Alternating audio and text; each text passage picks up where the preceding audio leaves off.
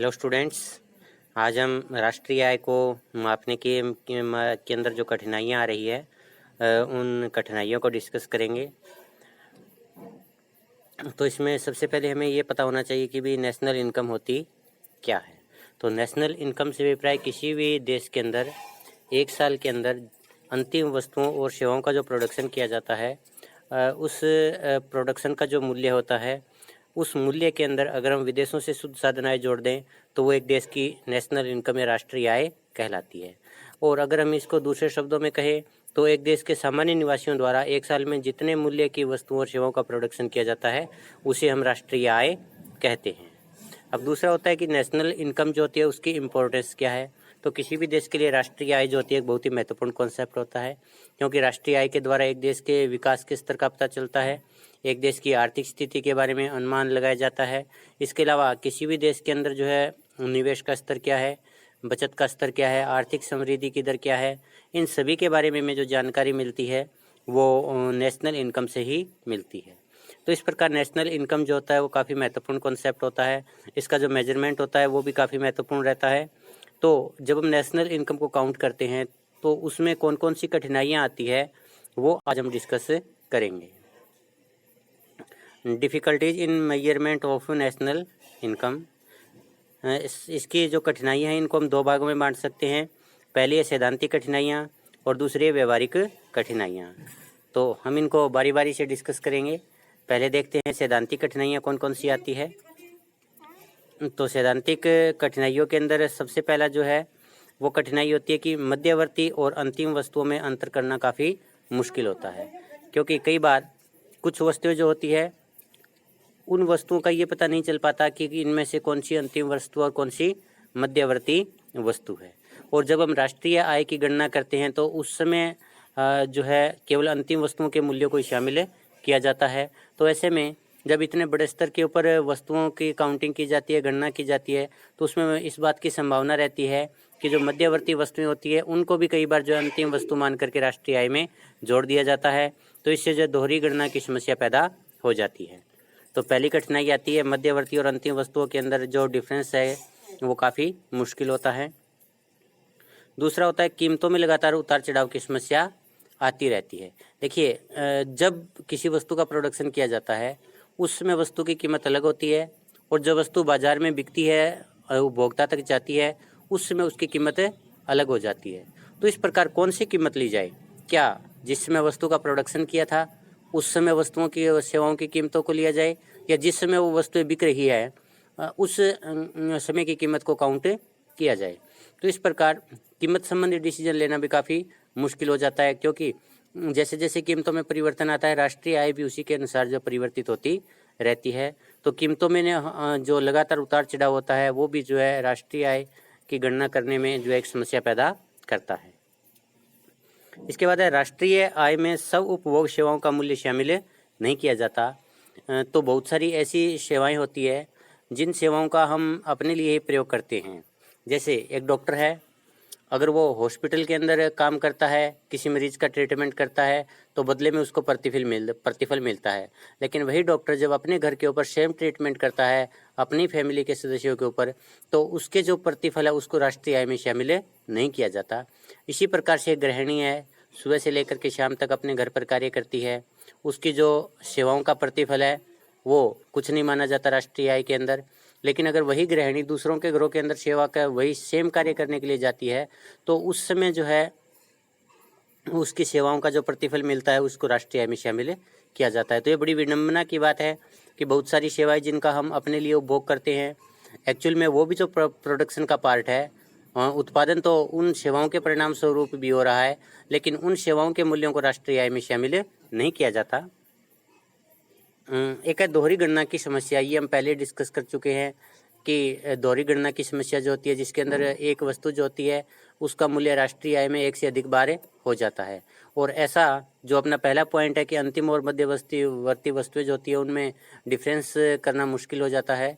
तो ये जो समस्या पैदा होती है इसी वजह से होती है कि जो वस्तुएं होती है उन वस्तुओं को अंतिम वस्तु माना जाए या मध्यवर्ती वस्तु माना जाए, उसकी वजह से दोहरी गणना की समस्या पैदा होती है। अब कोई वस्तु है, अगर हमने उसको अंतिम वस्तु मान लिया, लेकिन अगले स्तर के ऊपर जा करके वो वस्तु मध्यवर्ती वस्तु बन जाती है, तो उस वस्तु का जो मूल्य एक बार तो जब हमने अंतिम वस्तु माना उस समय शामिल कर लिया गया राष्ट्रीय आय में, और दूसरी बार जब उसी वस्तु को मध्यवर्ती वस्तु के रूप में प्रयोग किया गया तो आगे जब उससे अंतिम वस्तु और बनी तो उसके अंदर भी जो उसके मूल्य को फिर से काउंट किया जाता है। तो इस प्रकार जो है दोहरी गणना की समस्या के कारण भी जो है राष्ट्रीय आय मापने में समस्या पैदा होती है। आगे है विदेशी कंपनियों के उत्पाद को राष्ट्रीय आय में शामिल करने संबंधी समस्या। आजकल हम देखते हैं तो बहुत सारी जो राष्ट्रीय कंपनियां होती है वो जो है दूसरे देशों में काम करने के लिए जाती है, या दूसरे देशों की जो कंपनियां होती है वो हमारे देश में काम करने के लिए आती है, अपने प्रोडक्शन की एक्टिविटी करती है। तो उसके परिणाम स्वरूप जो है प्रोडक्शन करती है, लेकिन जब वो प्रोडक्शन करती है तो उस प्रोडक्शन का जो है कितना हिस्सा उस देश की राष्ट्रीय आय में शामिल किया जाए, क्योंकि जब कंपनियां का एक देश के अंदर प्रोडक्शन करती है तो उसके परिणाम स्वरूप उसको लाभ भी मिलता है, और लाभ का एक हिस्सा यानी लाभांश जो है कुछ रूप में वो अपने देश में भी ले जाती है। तो जब अपने देश के अंदर वो लाभांश लेकर के जाते हैं तो उतना जो है हमारे देश की राष्ट्रीय आय में से कम होना चाहिए।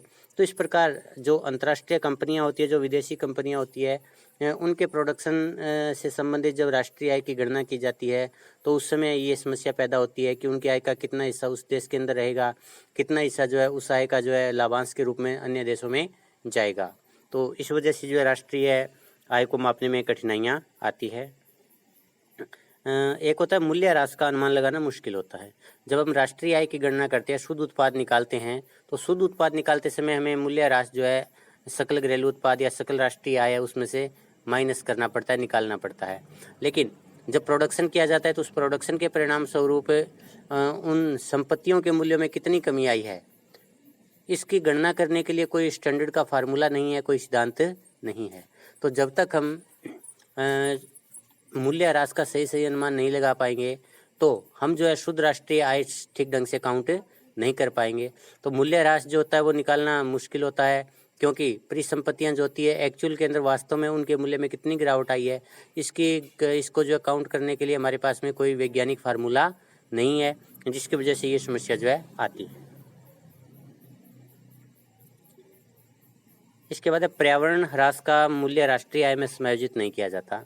जब प्रोडक्शन की क्रियाएं होती है तो उस प्रोडक्शन की क्रिया के परिणाम स्वरूप जो राष्ट्रीय आय पैदा होती है, लेकिन जब राष्ट्रीय आय पैदा होती है, जितनी राष्ट्रीय आय पैदा होती है उस राष्ट्रीय आय को पैदा करने के लिए पर्यावरण के अंदर जो प्रदूषण होता है, जो प्राकृतिक संसाधन होते हैं उनका ह्रास होता है, वो जो है उस राष्ट्रीय आय में से घटाना चाहिए। लेकिन जब हम वास्तव में राष्ट्रीय आय की गणना करते हैं तो इस बात का अनुमान लगाना काफ़ी कठिन होता है कि पर्यावरण के अंदर कितना ह्रास हुआ है या पर्यावरण के अंदर कितने मूल्य के बराबर गिरावट आई है, कमी हुई है।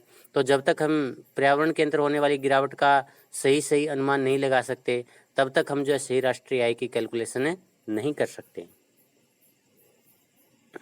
गैर कानूनी उत्पादकीय क्रियाएं। वैसे देखा जाए तो जब हम राष्ट्रीय आय की परिभाषा देते हैं तो राष्ट्रीय आय के अंदर हम यही देखते हैं कि एक देश के अंदर जितने मूल्य की वस्तुओं और सेवाओं का प्रोडक्शन होता है उसको हम राष्ट्रीय आय कहते हैं। लेकिन जब हम इससे एक स्टेप आगे चलते हैं तो वहाँ पर इसी के बिल्कुल विपरीत एक जो लाइन हमें देखने को मिलती है कि इसके अंदर जो गैर कानूनी क्रियाओं को शामिल नहीं किया जाता। यानी ऐसी गैर कानूनी क्रियाएं जिसके जो कानूनी रूप से गलत हैं, अगर उनके द्वारा प्रोडक्शन किया जाता है तो उसको राष्ट्रीय आय में शामिल नहीं किया जाता। तो जब हम ये कहते हैं राष्ट्रीय आय का मतलब प्रोडक्शन होना चाहिए, प्रोडक्शन तो प्रोडक्शन ही है, वो गैर कानूनी हो या कानूनी हो, प्रोडक्शन तो हुआ है, वस्तुएं और सेवाएं तो बनी है। तो इस प्रकार से ये भी जो एक समस्या होती है कि जो गैर कानूनी क्रियाएं हैं जैसे स्मगलिंग करना है या गैर कानूनी तरीके से प्रोडक्शन करना है, जैसे भारत के अंदर अफीम वगैरह बैन है, अगर अफीम का प्रोडक्शन हो रहा है तो रियल में प्रोडक्शन तो हुआ है लेकिन उस प्रोडक्शन को राष्ट्रीय आय में शामिल नहीं किया जाता। तो इस प्रकार जो गैर कानूनी उत्पादकीय क्रियाएं होती है उन क्रियाओं से पैदा होने वाली जो प्रोडक्शन है उसको भी राष्ट्रीय आय में शामिल नहीं किया जाता। तो ये भी जो एक जो है कठिनाई पैदा करता है। इसके बाद में आता है व्यवहारिक कठिनाइयाँ। तो व्यवहारिक कठिनाइयों में हमारे सामने जो पहली कठिनाई आ रही है वह गैर बाजारी विनिमय प्रणाली का प्रचलित होना। अगर हम विशेष रूप से अल्प विकसित देशों की बात करें तो अलग विकसित देशों के अंदर आज भी जो लेन देन होता है उसमें जो वस्तु विनिमय प्रणाली चलती है, यानी बहुत सारा ऐसा प्रोडक्शन होता है जो बाजार के अंदर बिकने के लिए आता ही नहीं, लेकिन फिर भी उसका आपस में जो वस्तुओं के बदले में वस्तुओं का लेन देन होता रहता है। तो इस प्रकार जो वस्तुएं जब तक बाजार में बिकने के लिए नहीं आएंगी तब तक उनके मूल्य को राष्ट्रीय आय में शामिल करना मुश्किल होता है। तो जब तक वस्तु विनिमय प्रणाली एग्जिस्ट में रहेगी तब तक जो है राष्ट्रीय आय को मापने में व्यवहारिक कठिनाई आती रहेगी, क्योंकि जो वस्तुएं हम वस्तु विनिमय प्रणाली के अंतर्गत विनिमय करते हैं उसके जो है मूल्य का कोई हिसाब किताब नहीं लगाया जाता या उसका कोई लेखा जोखा नहीं रखा जाता, तो जिसके कारण राष्ट्रीय आय को मापने में दिक्कतें आती है। अशिक्षा, लोगों का पढ़े लिखे न होना भी राष्ट्रीय आय को मापने में कठिनाई पैदा करता है, क्योंकि जब राष्ट्रीय आय से संबंधित गणना की जाती है, आंकड़े इकट्ठे किए जाते हैं, तो जो अनपढ़ लोग जो है अपने उत्पाद के बारे में सही जानकारी नहीं रखते, ना वो हिसाब किताब रख पाते हैं और ना वो सही ढंग से जो जानकारी दे पाते हैं, तो जिसकी वजह से जो होता है राष्ट्रीय आय को मापने में जो कठिनाई आती है। तो जहाँ लोग पढ़े लिखे नहीं हैं वहाँ पर जो राष्ट्रीय आय से संबंधित सही आंकड़े उपलब्ध नहीं हो सकते। इसके बाद नेक्स्ट है आय और उत्पादन का सही रिकॉर्ड न रखना। बहुत सारे लोग या हम ये कहें कि ज़्यादातर लोग जो होते हैं अपनी आय तथा उत्पादन से संबंधित सही रिकॉर्ड मेंटेन नहीं कर पाते कि एक साल के दौरान जो है उनको कितनी इनकम प्राप्त हुई है, कौन कौन से साधन से प्राप्त हुई है, या अगर हम उत्पादन की बात करें तो एक साल के दौरान उन्होंने कितना प्रोडक्शन किया है, कितनी उनकी प्रोडक्शन में हिस्सेदारी रही है, और उन्होंने जो प्रोडक्शन किया है उस प्रोडक्शन का जो है मूल्य क्या है। क्योंकि जब हम पीछे देख रहे थे जो अपने सैद्धांतिक कठिनाइयाँ थी तो उसके अंदर भी जो होता है मध्यवर्ती और अंतिम वस्तु का अंतर करना मुश्किल होता है। तो यहाँ पर भी कई बार ये होता है अगर कोई रिकॉर्ड रखते भी है तो वो अपनी वस्तु को अंतिम वस्तु मान लेते हैं और उसका रिकॉर्ड जो है राष्ट्रीय आय के अंदर जो है उसके हिसाब से काउंट करवा लेते हैं, लेकिन बाद में जो है पता चलता है कि उसकी जो वस्तु थी वो मध्यवर्ती वस्तु बन गई। तो इस प्रकार से आय और उत्पादन के जो है सही रिकॉर्ड न रखने की वजह से भी जो है राष्ट्रीय आय को मापने में कठिनाई पैदा होती है। अविश्वसनीय आंकड़े, तो ऊपर हमने देखा था कि लोग अशिक्षित है, सही जानकारी नहीं रख पाते, अपने उत्पादन का सही रिकॉर्ड नहीं रख पाते, इसकी वजह से जो है विश्वसनीय आंकड़े नहीं होते। और दूसरा, जो लोग आंकड़े इकट्ठा करने वाले होते हैं अगर वो भी प्रशिक्षित नहीं होते हैं, उनकी अच्छी ट्रेनिंग नहीं हुई होती है आय के आंकड़े इकट्ठे करने से संबंधित, तो उस समय भी जो आंकड़े होते हैं विश्वसनीय नहीं हो सकते। और जब तक हमारे पास में आंकड़े विश्वसनीय नहीं है उन आंकड़ों से प्राप्त आय, राष्ट्रीय आय, उसको हम जो विश्वसनीय नहीं मान सकते। तो हमेशा से जो अलग विकसित देश है विशेष रूप से उनके जो आंकड़े होते हैं वो हमेशा ही शक की नज़र से देखे जाते हैं, और इसके पीछे जो है कारण वो वाजिब कारण भी है, क्योंकि वहाँ के लोग अशिक्षित है, उनको सही हिसाब किताब रखना नहीं आता, वहाँ पर जो आंकड़े इकट्ठे करने वाले होते हैं वो पूरी तरह से ट्रेंड नहीं होते, तो जिसकी वजह से जो ये कठिनाइयाँ आती है। व्यावसायिक वर्गीकरण से संबंधित समस्या, अब जब हम राष्ट्रीय आय की गणना करते हैं तो कुछ लोग ऐसे जो होते हैं वो बार बार अपना व्यवसाय बदलते रहते हैं। जब खेती का सीजन होता है उस समय वो खेती के कार्य में लगे होते हैं, उसके बाद में अपना वो कोई दुकान या रेडी लगाने का कार्य शुरू कर देते हैं, कभी कोई काम शुरू कर देते हैं। तो इस प्रकार से जब वो बार बार अपना व्यवसाय बदलते हैं तो उनकी आय को किस में शामिल किया जाए, लाभ में शामिल किया जाए, मजदूरी में शामिल किया जाए, या किसी अन्य आय में शामिल किया जाए। तो इस प्रकार जो है व्यावसायिक वर्गीकरण न होने की वजह से या सही ढंग से व्यावसायिक वर्गीकरण न होने की वजह से भी राष्ट्रीय आय को मापने में कठिनाइयाँ आती है। घरेलू उपभोग के लिए उत्पादन के मूल्यांकन का अभाव, ज़्यादातर जो निर्वाह क्षेत्र के अंदर काम करने वाले लोग हैं, कृषि के अंदर काम करने वाले लोग हैं, वो जो लोग होते हैं प्रोडक्शन जो होते हैं खुद के उपभोग के लिए ही करते हैं, लेकिन जब वो स्व उपभोग के लिए उत्पादन करते हैं तो उसको राष्ट्रीय आय में उसकी गणना की जानी चाहिए। लेकिन अज्ञानतावश मान लीजिए जानकार जो प्रशिक्षण उनको नहीं मिला होता, इसकी वजह से मान लीजिए आप किसी न किसी वजह से जो है वो अपने जो उत्पाद होता है उस उत्पाद का मूल्यांकन नहीं कर पाते। इस बात का उनकी जानकारी नहीं होती है कि उन्होंने जो प्रोडक्शन अपने खुद के उपभोग के लिए रखा है उसका जो है क्या मूल्य है। तो जब तक हमें स्व उपभोग के लिए जो हम वस्तुएं रखते हैं उनके मूल्य का पता नहीं चलेगा तब तक हम राष्ट्रीय आय को ठीक ढंग से नहीं माप सकते। और ये हमें प्रैक्टिकली भी देखने को मिलता है कि हम जो है अनुमान से जो है अपने पास घर में जो है 100 उपभोग के लिए प्रोडक्शन रख लेते हैं, उसका जो कोई हिसाब किताब नहीं रखा जाता। जैसे मान लीजिए कि एक व्यक्ति है, उसने अपने खेत के अंदर जो है गाजर बो रखी है। अब कोई भी व्यक्ति जो तोल करके अपने घर में गाजर नहीं रखेगा कि इस दिन मैंने इतने किलोग्राम गाजर घर पे रखी, इस दिन मैंने इतने किलोग्राम गाजर घर पे रखी। तो जब तक हम ये माप तोल करके सही हिसाब किताब नहीं रखेंगे सब उपभोग वस्तुओं का, तब तक जो है राष्ट्रीय आय को हम ठीक ढंग से माप नहीं सकते। तो ये भी जो है एक कठिनाई आती है। तो ये हमारा जो है आज का जो टॉपिक था वो इसी के साथ समाप्त होता है। धन्यवाद।